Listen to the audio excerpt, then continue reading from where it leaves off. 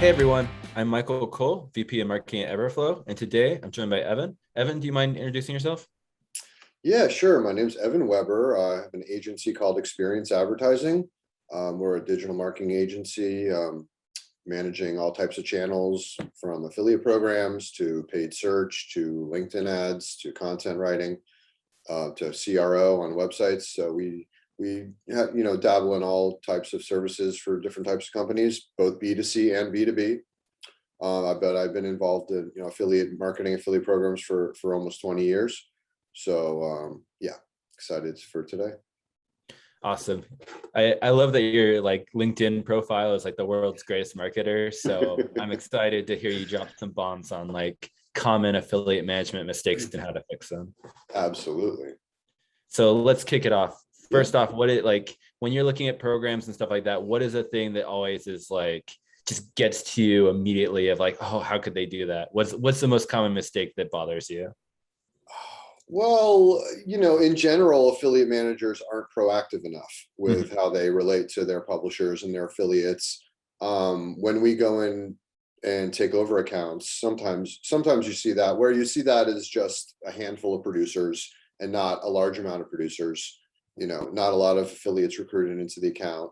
So not being proactive enough, in my opinion, is the biggest issue that a lot of affiliate managers have, because you have to constantly be recruiting new affiliates, reaching out, contacting influencers, bloggers, all types of affiliates that are relevant, and asking them if you want to be your affiliate and trying to, form a relationship with them.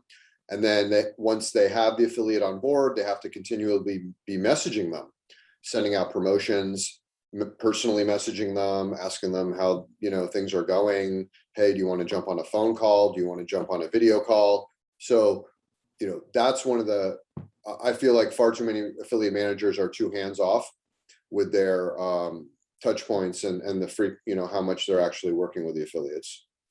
All right. Mhm. So lesson one, be more proactive, always be reaching out, always be building up the program. Yeah. So for say affiliates where you don't have an existing relationship, what is like your preferred way to like get that conversation started? Oh, that's a great question, because it varies wildly, company to company when you're reaching out to try to recruit affiliates. It depends on who the company is, the brand, the advertiser, and then who they're trying to recruit. If they're like relevant websites, relevant bloggers, relevant influencers, or people with their audience. It takes a lot of tact, the outreach itself. You have to have a great subject line. You have to have a great email composition. And then if the email isn't working well, you have to change it up, change the subject line to get a higher open rate. A lot of what works in the outreach are actually giving away stuff. So for instance, worked with a golf company and we offered a free golf shirt, a free golfing shirt, if you just joined as an affiliate. So that was a great thing to go out to golf bloggers with and golf influencers on YouTube. So we reached out to about 500 of them and offered a free golf t-shirt, got a decent amount to respond, and you know then you have to turn them into producers. You have to work with them, build a relationship. But offering something actually to just join the affiliate program, we're going to give you something. It could be a $10 gift card to Starbucks. It could be a product from the website. It could be nothing, or it could just be we're going to pay you a 20% commission and everyone else gets 10.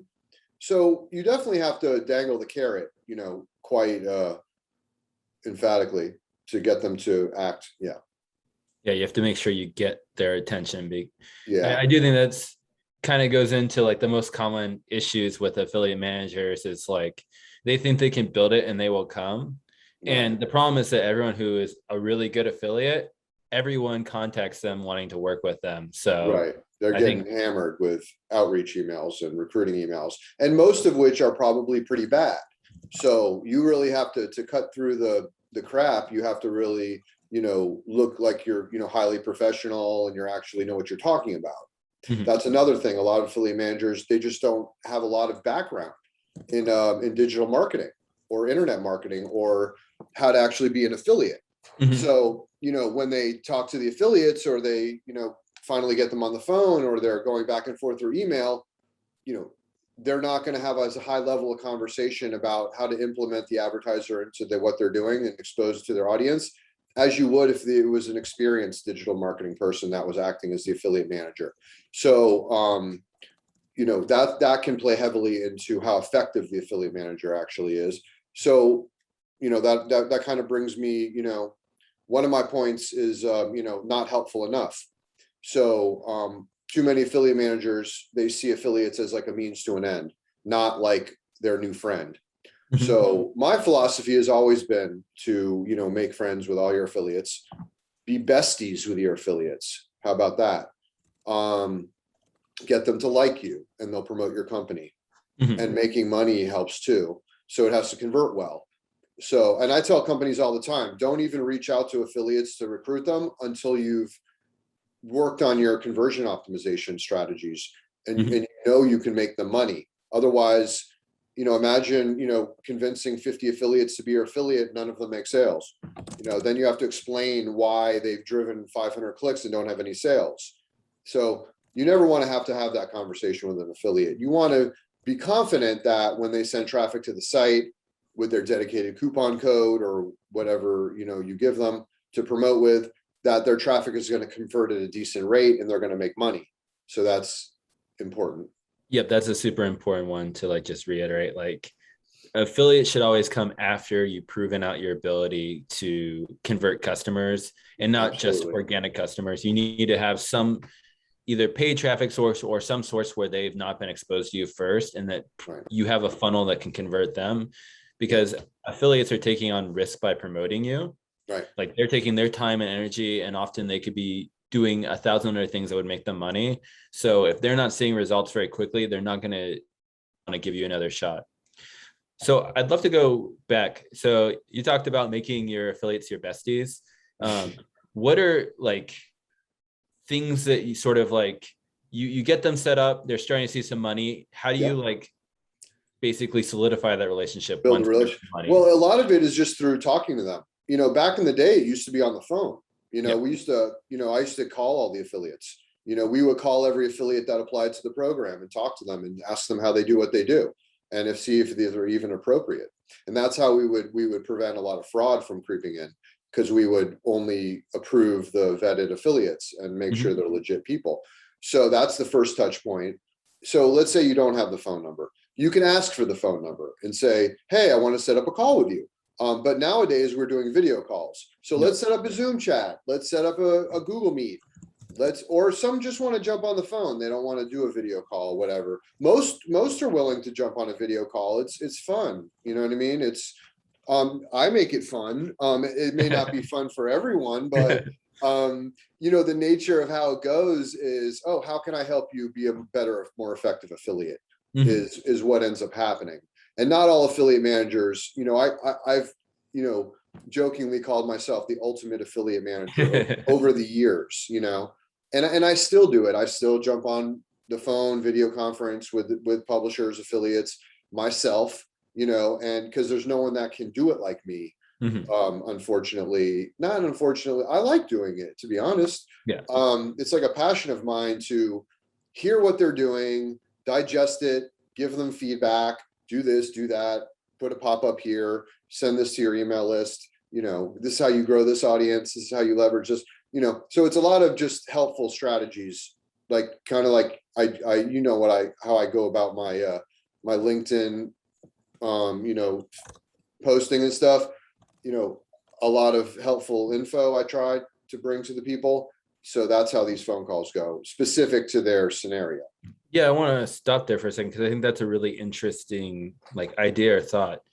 When you're talking to these affiliates, the fact that no matter where you're coming from, you have some expertise that could be really interesting to affiliates. Like if you're an e-commerce like shoe company, like you know more about like e-commerce shoes than anyone else. And if the affiliate is seeing success promoting your offer, like they're gonna want to promote other stuff in that vertical. So there's a lot you can do to benefit them. And the stronger that you benefit them, the stronger the relationship and the more you can scale up what you're doing on this client and anything else that you're doing in the future together. Like those relationships last, especially in Yeah, affiliate where it's a small world. they do last. The reality of it is, though, each affiliate of each company is usually specific to that company, because we do a lot of relevant affiliate recruiting. Now there's of course the same, the big players that, participate in every affiliate program. And we do work with most of the big ones, but I pride myself on the medium and the small, and getting a large, well-rounded affiliate program running.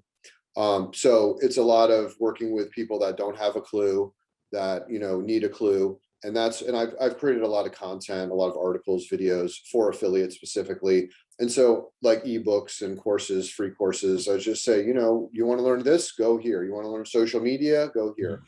And then we can have that conversation. So instead of me explaining how it all works every time I speak to somebody, I'll say, listen, sign up for my free course, go through the content, and then let's set up a call. And that's amazing, because then they already have like read my content and they know what I'm about. And so it's so much better of a conversation at that point, as it applies to their project, and in helping them get, make the moves they need to make. Mm-hmm. Yeah. So I'd love to go back to earlier. You mentioned like one of the common problems is just not hiring someone who is an experienced marketer. Do you have any sort of like tips when you're like either hiring yourself or like working with like contractors? What are things that should you look for that like mean that you will be a good fit for affiliate management? What a great question. Me personally, I like training people from scratch, but that's me, because I can do that. It does help if they have some background in, SEO or pay-per-click or whatever, or social media. But, I can teach them myself how to work with HTML, how to grab the code out of the affiliate network and how it's embedded on a website, and then how that's published to the server or published, to the blog. How to grab the code, how to, help the affiliate navigate the interface, the affiliate dashboard, to pull their links, to see their reporting. So there's people that are good at walking affiliates through the dashboard and how to, because that's actually a problem. A lot of affiliates, they don't know how to use the platforms. They don't know how to move around the dashboard. So someone needs to show them. Then there are affiliate managers that just purely do what's called traffic management, which is facilitating getting them the links. So they sign up as an affiliate, and the traffic manager sends them the banners, the links, the emails, whatever they need to do their thing. And it pushes it out to the affiliate, so they don't have to do anything. They don't have to log in anywhere. They just get sent their collateral material that they can promote with. That's a traffic manager. And then you have an affiliate manager that is someone that can actually get on the phone with people or video call and look at their website, give them feedback, tell them how to do pay-per-click, how to do Facebook ads, how to, so someone with a couple of years background in media buying, in basic HTML, blogging, those are the traits, the skills that, YouTube or even TikTok in this day and age, people that are familiar with these platforms. There aren't that many of them, but there's, 5 or 6 platforms that an affiliate might, use. And it just helps when the affiliate managers are, up to speed on those platforms and how to, work them a little bit. So they should always be like continuing their education, to your point. They should always be learning and bringing them up to speed on digital marketing tactics and techniques that they can relate to their affiliates, and say, hey, did you see you could do this? Did you see this? Or have you thought of optimizing the content on this page, or adding more pages about this organically, or adding a pop-up to collect more emails, adding an SMS opt-in, all types of tools. Tools are the driver of e-commerce and blog. Affiliates use tools too, pop-ups and stuff. But not enough affiliates use tools on their websites to capture data and actually capitalize on the traffic they're getting. So that's another problem, is helping them capitalize, better squeeze revenue out of their traffic, because the person still has to click on the link or the banner and go to the merchant's website, make a purchase. So affiliates have to like sell the service, pre-sell to a degree a lot of times, to really warm up the visitor in order to purchase. So there might be some feedback around that could be conveyed. Yeah. Yeah, I want to go back to some parts of that because I could see someone who is just launching an affiliate program hearing that and being like, oh my God, like this is impossible. But I just want to reiterate that there's basically two different types of Affiliate the managers. traditional like super affiliates and Right. then like niche partners and publishers. Traditional affiliates, like they know these platforms in and out. They're Right. experts. Like if they think that they can be successful, like if you have the relationship to make it happen, like they're set and go. I think a lot of what you're talking about is the fact that like the way to really take the program from like 50 to like 3,000, like that is like recruiting all of the niche publishers that are really good at your vertical that already Yeah. have publications, authentic Yeah. basis and stuff. And in Right. that case, like because they're not used to being affiliates, like there's a lot more training involved. But at the end of Correct. the day, like if they're successful, like you're the one who gains all the benefit because like they're like authentically promoting your brand. And so like a lot of the points you've been making about how you can get them to use tools and do stuff to scale on, like they have these amazing audiences, like there's so much more they could be doing with them that also lets it be a win-win for both Yeah, sides. listen, very often web publishers aren't monetizing whatever they have going on, nowhere near to the degree it could be. And along the same lines, if they're signed up to a bunch of affiliate programs and they're only making 10%, they could be hitting them up for 20%. You Mm-hmm. know, they could be, asking the merchants for higher commissions. They could be, I have whole videos on that. But they may need to be prompted to do those things. Say, oh, if they tell you, oh, I'm driving a bunch of sales for Macy's. Say, well, Mm-hmm. what are they paying you? Oh, they're paying us, 7%. Say, well, you might want to ask them for 8 or 9, you know, and you'll drive more. So go hit them up and they'll probably give it to you. So things like that are, putting those ideas in their head to better monetize their audience and their traffic. And it's tough though, being a small to medium sized affiliate. I'm not going to sugarcoat it. It's Mm-hmm. an extremely difficult thing to do to make sales, which is why they need help and why they need resources and tutelage if possible, or strategies. And that's what a lot of affiliate managers don't do. And I'm not going to speak on other agencies, but affiliate managers in general aren't trying to really educate their affiliates about how to be better digital marketers, or use these platforms more proficiently. And I absolutely think they should be encouraging, educating them any way possible, and talking to them, building the relationship. Like I said, just building the relationship on a phone call, even if the person isn't a savvy digital marketer, they can still build a relationship. How do Mm-hmm. you do what you do?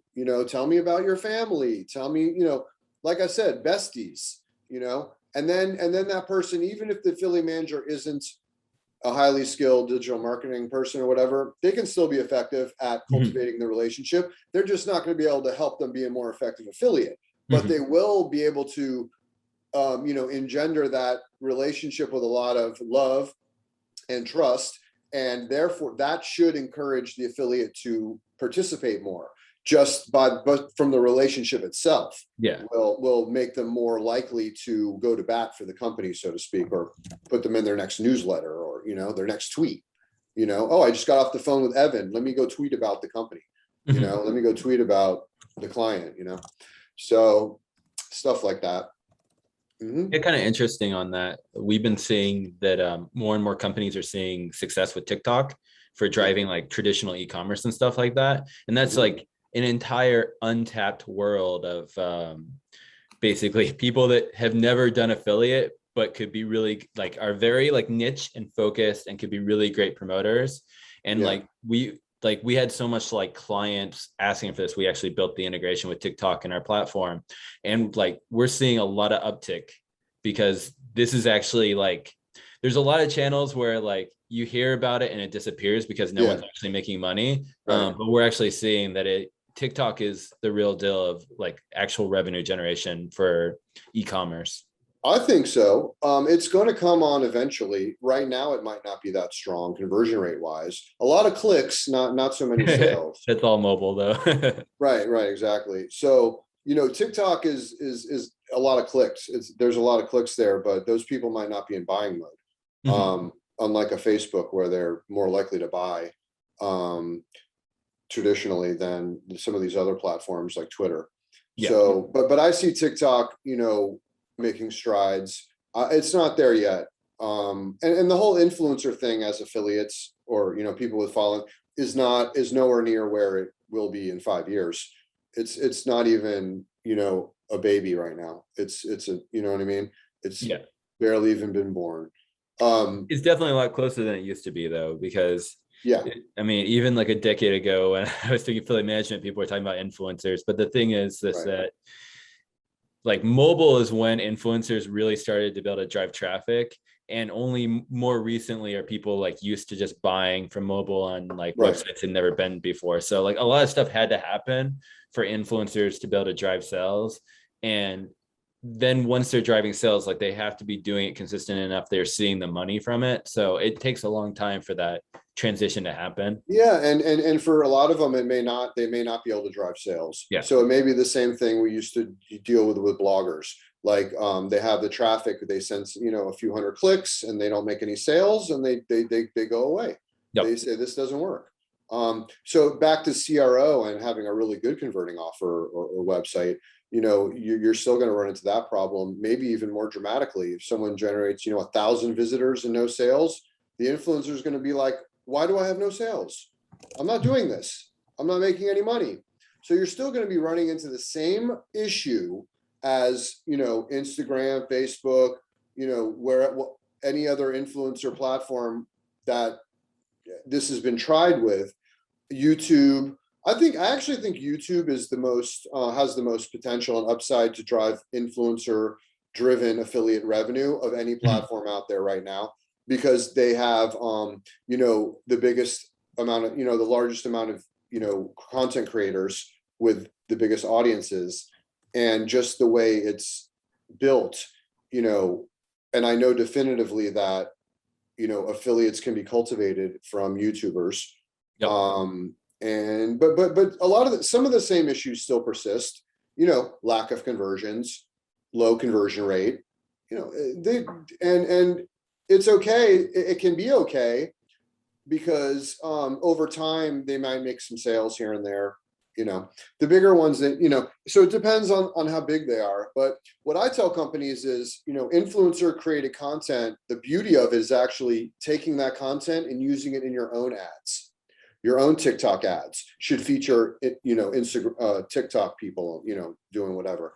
Your own, you know, IG story ads should have people in an IG story talking about how great your product is, and that'll work well in your ad campaigns. That'll work amazingly in your ad campaigns. So I feel like, you know, influencer content is more, you know, effective in the brand's ad campaigns right now than it is as actually affiliate revenue drivers. Although it varies widely as to who can make that work and who not. There's people out there making that work right now, and then some not so much. But that is the platform that I see the most upside with influencer generated affiliate revenue in the next couple of years. Yeah, that makes total sense. Yeah, one thing that we recommend a lot is just making sure that you are tracking all of the events around the purchase that would be relevant too. So are they signed up for your newsletter?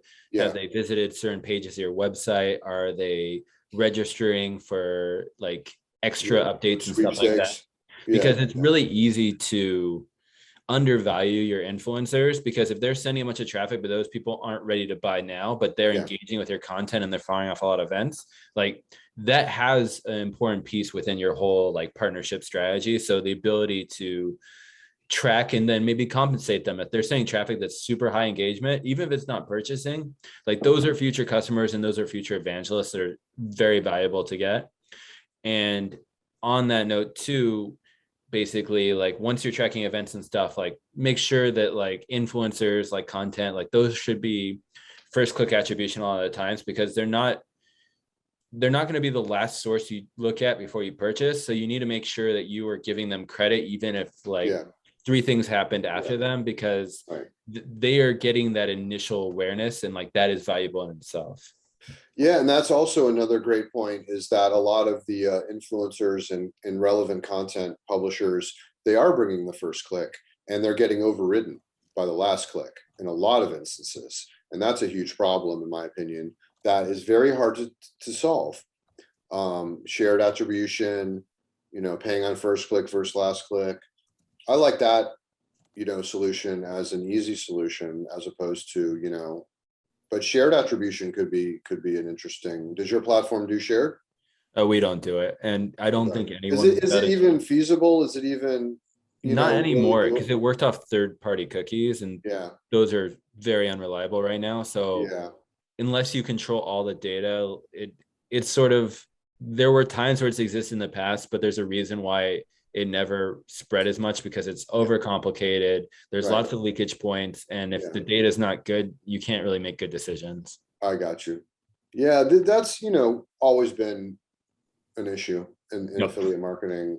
It's always been a, part of the, like I said, affiliate marketing gets a lot of praise these days, which is great, but it's still a channel fraught with issues that Mhm. need to be accommodated for and dealt with properly, like how much to pay coupon publishers, Yeah, whether, let's go into that, because that yeah, is like, I probably, one of the most common mistakes is how you handle coupons. So yeah, and it's like, browser extensions, let's throw them in there. yeah.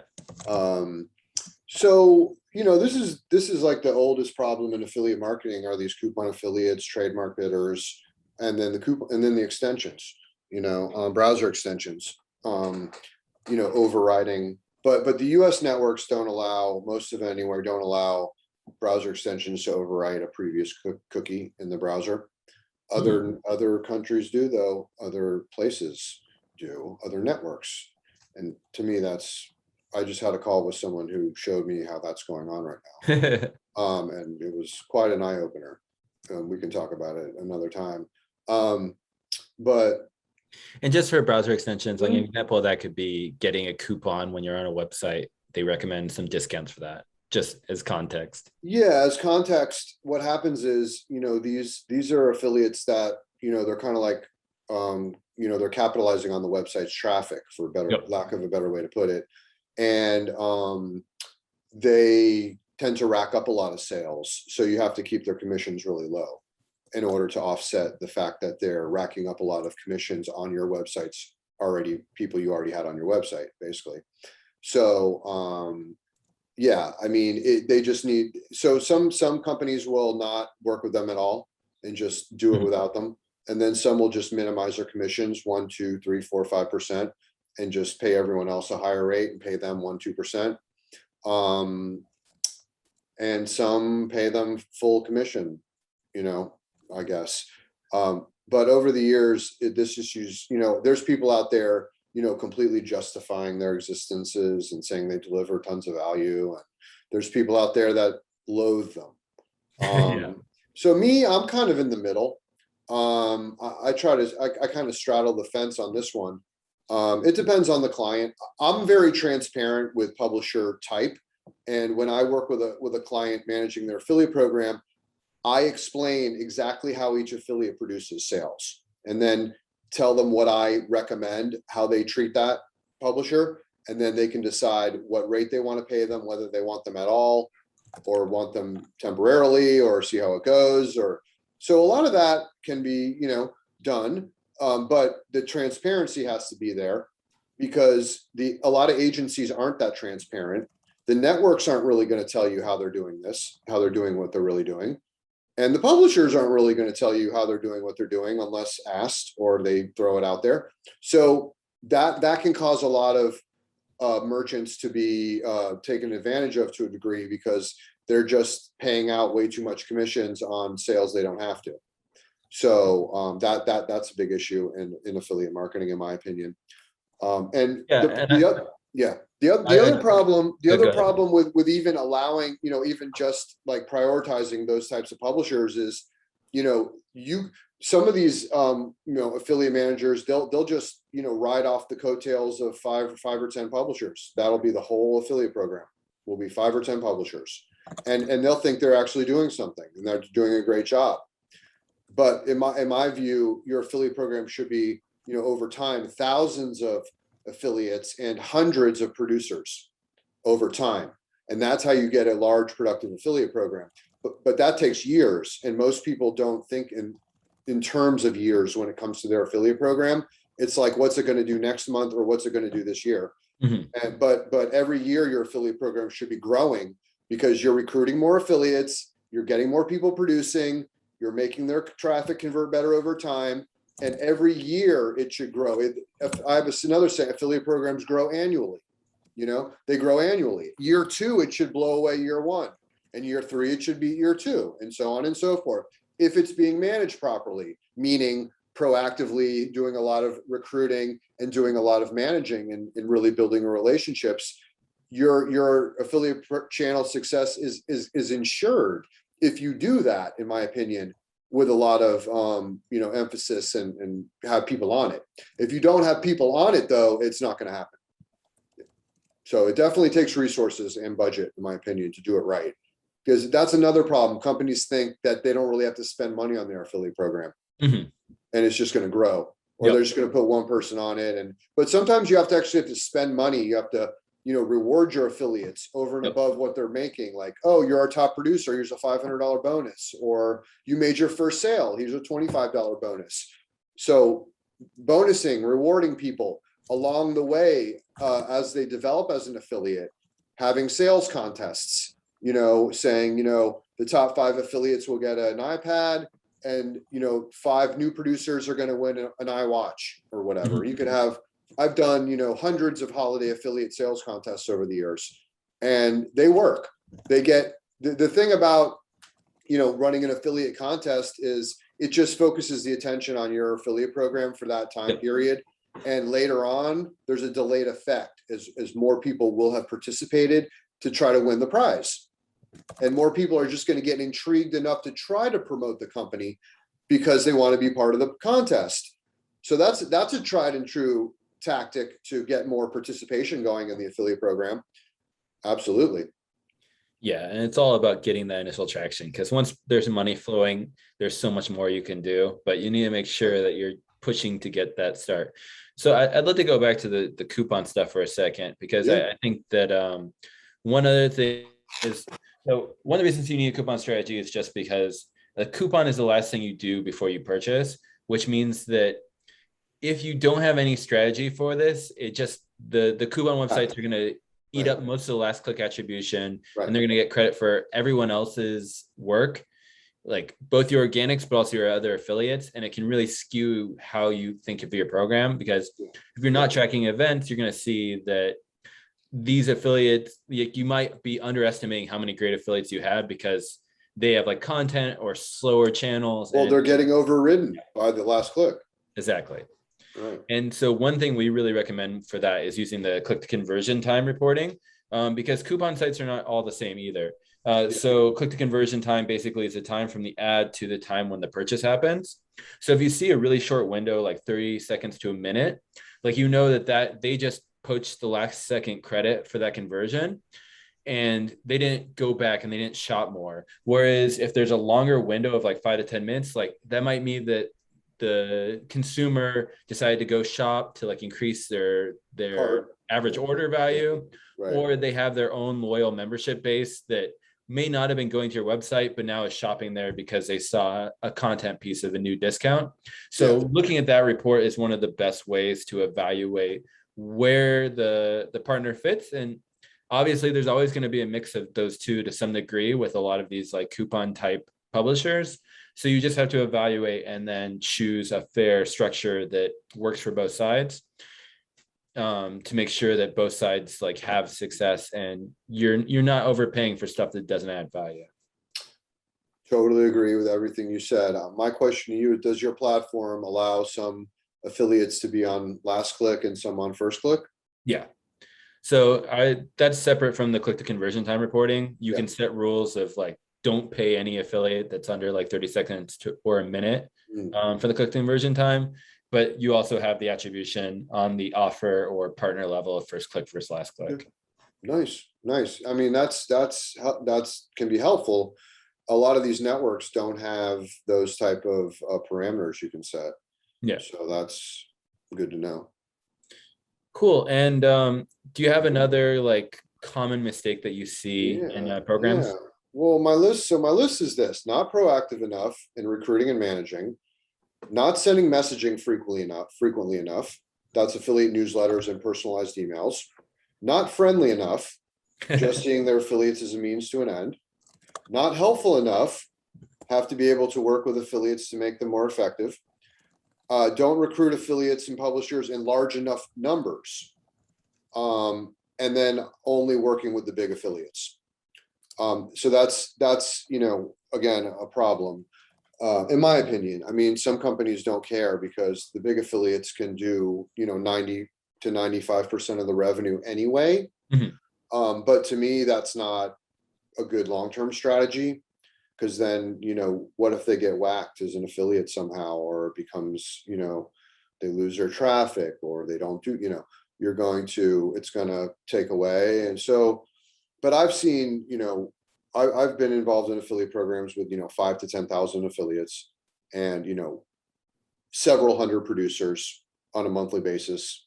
So I know what's achievable, what's attainable. And by doing that, you can ensure growth of the channel. But the channel can still grow with just those big producers, just based on annual, you know, website sales growth. Because those big publishers are correlating to the overall website traffic. So as the website traffic grows annually, those publishers will look like they're doing more. So it's tough, man. It's tough to really gauge for companies. You know, I can only preach and you know, live by and operate by the principles that I know grow affiliate programs over time. But other people may have other, you know, ways of going about it. You know, this channel is very, you know, you need to be very proactive. You need to be very available.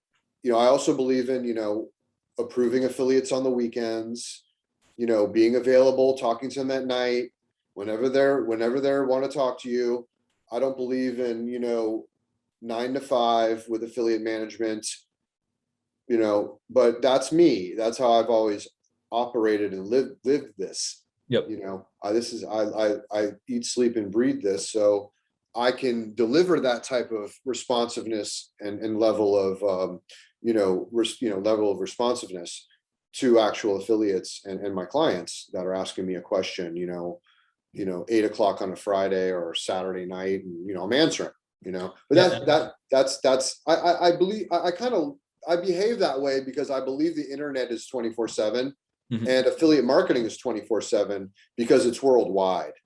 And affiliates actually work on their stuff at night and on the weekends a lot of times. So imagine applying for an affiliate program on Saturday, raring to go, raring to set up the link, and you have to wait till Wednesday to get approved because the affiliate manager just got around to it. Or even Monday, it's too late. It's exactly. Not totally too late, but it's too late to get in on the impulse of them working on it in the moment. Oh, let me go find an affiliate program because I'm getting 1,000 clicks a month on, you know, pet food samples. Let me go, you know, and go put it in there. So that's why I believe responsiveness is, I believe in responsiveness anyway, like to that degree. I've always been that way. That's just me. But I do think it, you know, applies very nicely to the affiliate channel, and being an affiliate manager is just being very available to your affiliates. Yeah. I think that's a really good point. With these smaller niche publishers, just the fact that this is often like a side gig or a passion project for them. And the problem with those things is it means that they can easily get busy with whatever is their day job. Right. So getting them to set up and start driving traffic while they're motivated is super valuable, because once they start seeing results, then they can put more time into it. But if they have to wait, they're just gonna get distracted with all it'll just kill the whole vibe. It'll just the whole impulse. It's like an impulse buy, but you can't actually transact. You know. But you know, another problem is, you know, even if they get approved, then they have to log in, find the link, grab the link, you know. So there's work there, but there's also learning curve. They may not know how to grab the link. That's why traffic management is so important. And you can say, listen, I can walk you through the dashboard. Here's a video on how to grab your link. Do a lot of that. Do like a screen capture video, how to grab your link. That in itself could be highly valuable to any, you know, running an affiliate program when it gets their publishers up and running quickly. And be available. Hey, you want to set up a call to talk about how you're going to promote this company? Let's do it. Or, well, because a lot of times affiliates, this is another thing, is just educating them on the company, right? The promo is great. Promos need to be sent out, right? Send out promos through your affiliates. They need something to promote. I feel strongly about that. But they also need to know more about the company. They need to know like new product announcements, what we really do, who our audience is, things like that. So actually educating your affiliate through your newsletters, that's a good way to do it. Did you know our company does this? Did you know our company does that? That's the kind of stuff that should be going. Affiliate newsletters is a hugely underdone thing. It's the lamest thing ever in the history of, internet, is affiliate newsletters. Not mine, of course. I've been refining and perfecting the art of sending newsletters in general for 20 years. But the affiliate newsletters particularly, it's like a customer newsletter, member newsletter. You really have to do them well. You have to send test emails to make sure they're perfect before. I get emails all the time from affiliate programs, like misspelled words, the layouts all over the place. They look like hell. Yeah. They should look great. They should be friendly. They should be personalized. It should give your phone number so they can call you and talk to you as the affiliate manager, or let's set up a call. Let me know if you want to do that. So not only is there not enough frequency of the messaging, just the actual messaging sucks in general across the board.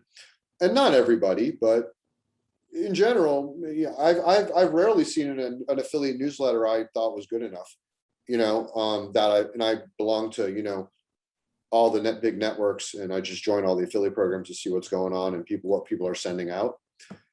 So I know what people are sending out, if you know what I mean. And it's just a bunch of crap. But that's just an opportunity to step up and outshine.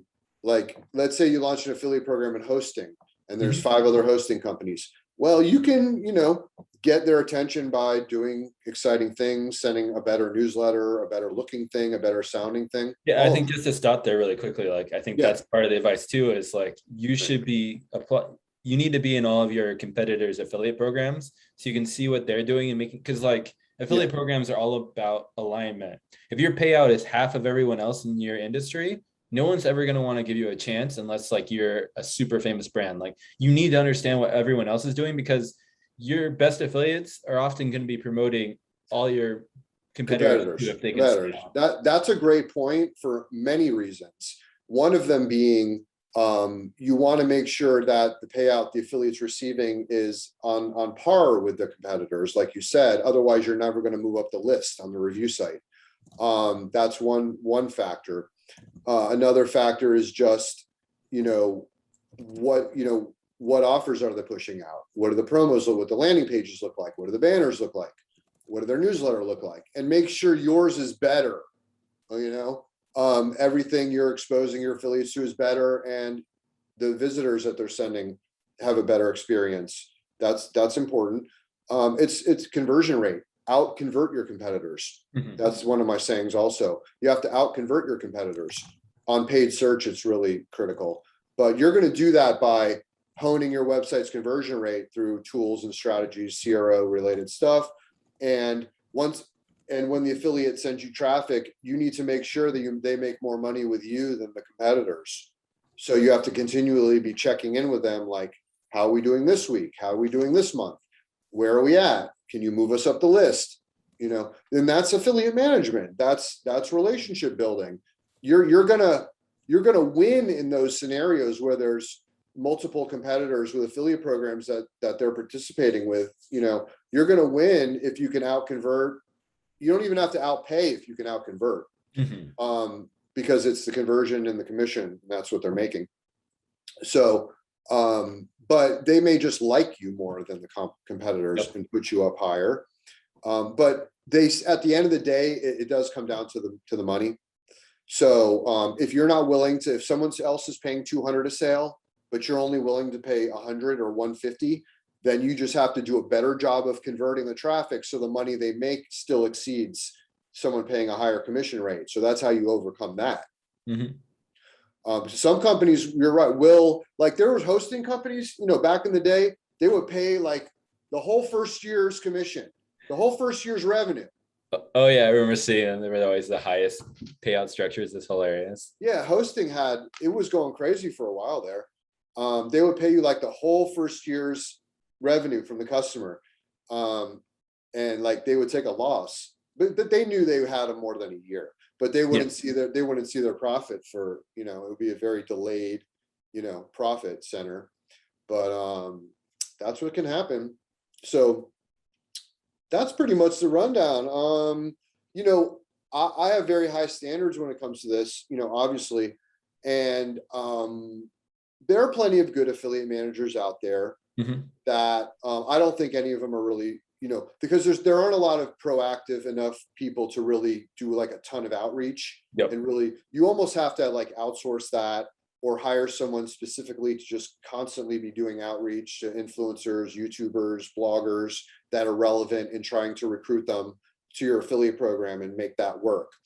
But that's a hard thing to do.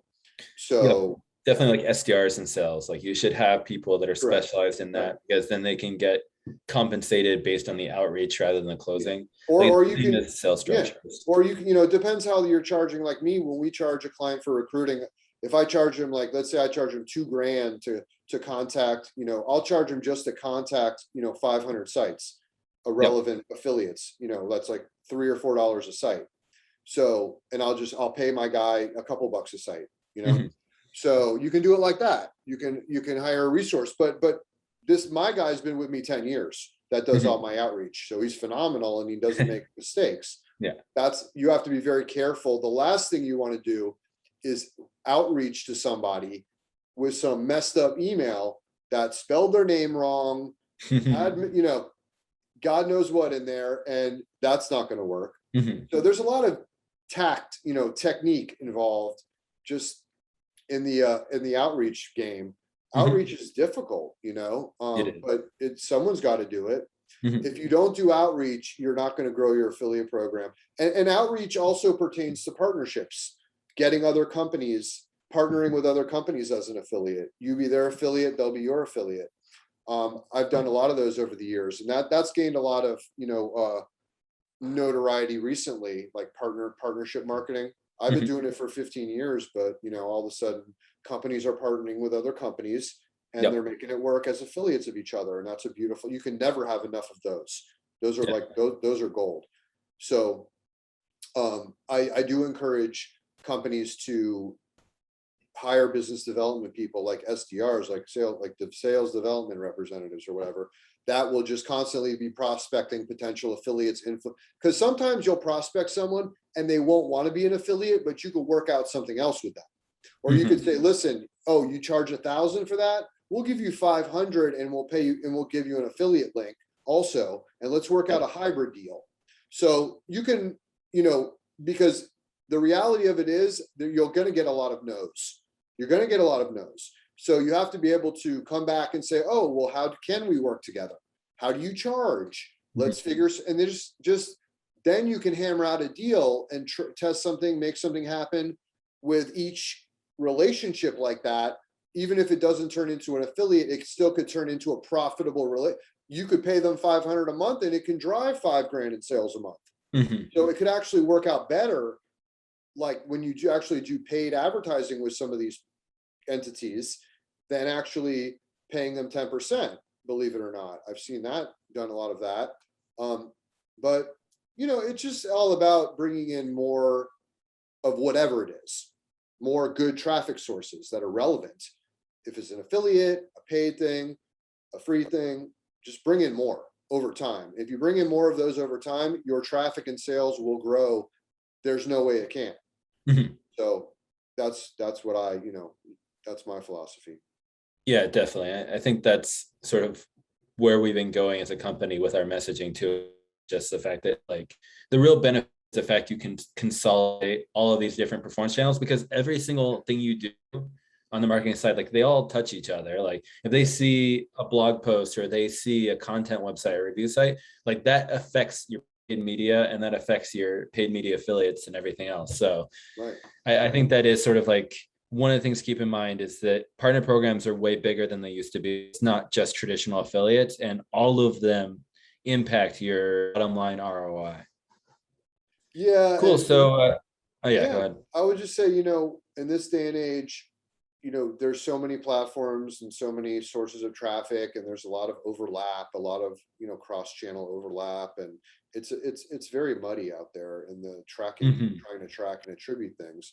I wish someone, I mean, there's like volume, a thing called volume that tracks I still think there's something needed that tracks all your traffic sources and properly tells you what brought in what sales and all that, and what was partially responsible.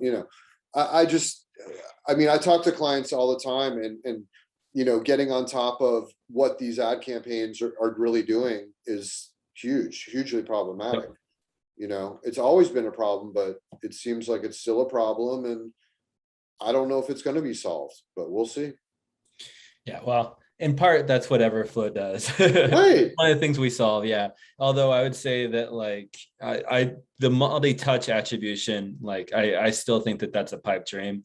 And like when I use it on Google Ads for our own campaigns, like we turn it off and use our own attribution just because Right. there's too much noise there, and you Yeah. really want to just know like what is the keywords that drove that user that signed up for a demo. So Sure. Sure. cool. So thank you so much for your time. Can you, if Yeah. people want to learn more about your services and more about you and your Yeah. community, Well, how can my that happen? website is experienceadvertising.com. You can find me on LinkedIn, Evan Weber. I'm very accessible, approachable. I'm happy to talk to anyone, whether they're an advertiser, an affiliate, a publisher that just wants to pick my brain for a little while. I'm always up for a great phone call. Won't even charge them. So feel free to reach out if you have any questions out there about affiliate programs or how to be an affiliate. I'll be happy to answer if I can. And Yeah, that's really great. We'll definitely mention that when we share this out. absolutely. Perfect. Any last parting thoughts before we wrap up?